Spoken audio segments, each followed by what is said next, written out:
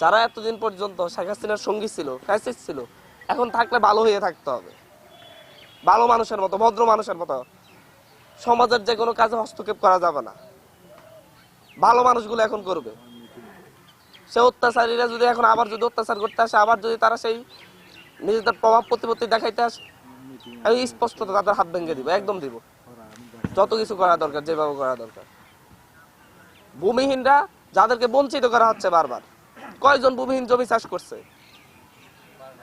এই যে হাজার হাজার একর জমি, প্রত্যেকটা জমি খাইছে হচ্ছে এখানকার প্রত্যেকটা নেতা খেতারা। 50 একর, 100 একর, 250 একর, 300 একর জমি চাষ করছে বিভিন্ন জনে মোহাম্মদ আলী থেকে লিজ নিয়ে। কার জমি লিজ নিচ্ছে এরা জানা না? এরা জানতো না যে এগুলা কার জমি? এগুলো মোহাম্মদ আলীর জমি ছিল, তো লিজ নিছে কোন আক্কেলে মোহাম্মদ আলীর কাছ থেকে। গরিব মানুষ খাইতে পায় না, তাদের বাড়িতে ধানের আড়ত সৃষ্টি করে। এরপরে গরিবের পক্ষে কথা বললে এরপরে বলে যে হচ্ছে এখানে কথা বলা যাবে না। কেন কথা বলে? এত বছর যাবত লুটপাট করে খাইছে, এখন আবার নিজেরাই আবার সাধু সেজে এসে আবার বলে যাচ্ছে আমি ভূমি বুঝাই দিব, আমি সাধু, আমার উপদেশটা বানাও, আমাকে ইয়ে করাও। সব একাকার হয়ে গেছে যখন হচ্ছে এখানে টাকার বিষয় আছে। 3,500 4,000 টাকা করে মানুষের কাছ থেকে নিয়েছে। এই দায়িত্ব কে দিয়েছে? কোন মানুষের কাছ থেকে টাকা নেওয়ার দায়িত্ব কি কোনো সাধারণ মানুষের আছে?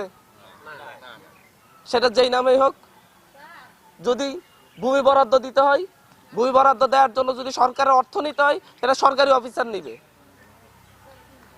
যদি কোনো ফির প্রয়োজন পড়ে, সেটা কোনো একজন সরকারি অফিসার নাই, কিছু নেই, যাই হচ্ছে নেতা সে হচ্ছে আমাকে টাকা দাও আমি জমি বুঝাই দিব।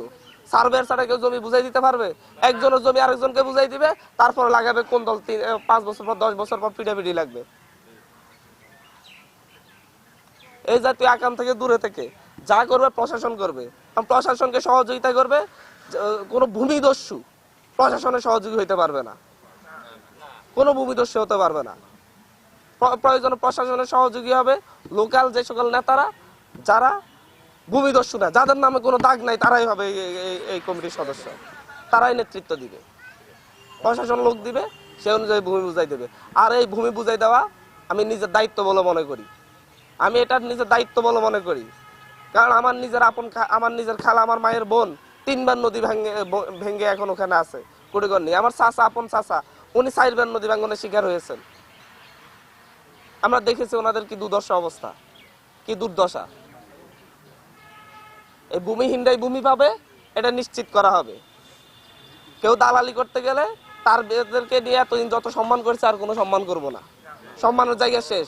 গরিবদের প্রশ্নে কোনো সম্মানের জায়গা নেই, গরিবদের প্রশ্নে কোনো ভদ্রতা নেই।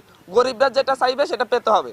গরিব দুঃখী মানুষের সাথে যে অন্যায় করবে, সে অবিচার করবে, সেটা আমি মনে করবো সে আমার সাথে অন্যায় করতেছে, আমার সাথে অবিচার করতেছে, আমি ব্যক্তিগতভাবে সেটাকে নিব।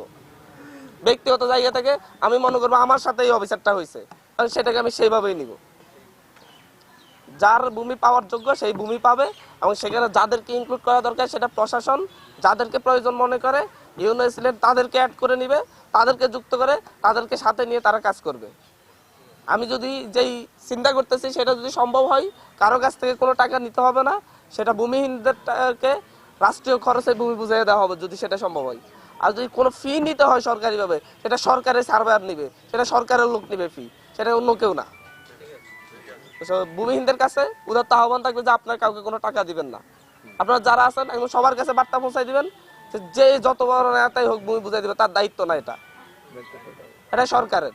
তারা এসিলেন্টকে যাবে, যদি তাদের ভূমি বুঝাই দিতে না পারে, এসিলেন্ট ইউনিয়ন অফিস ঘেরাও করে রাখা হবে। এরা বুঝাইতে দিতে না পারলে এখানে থাকবে কেন?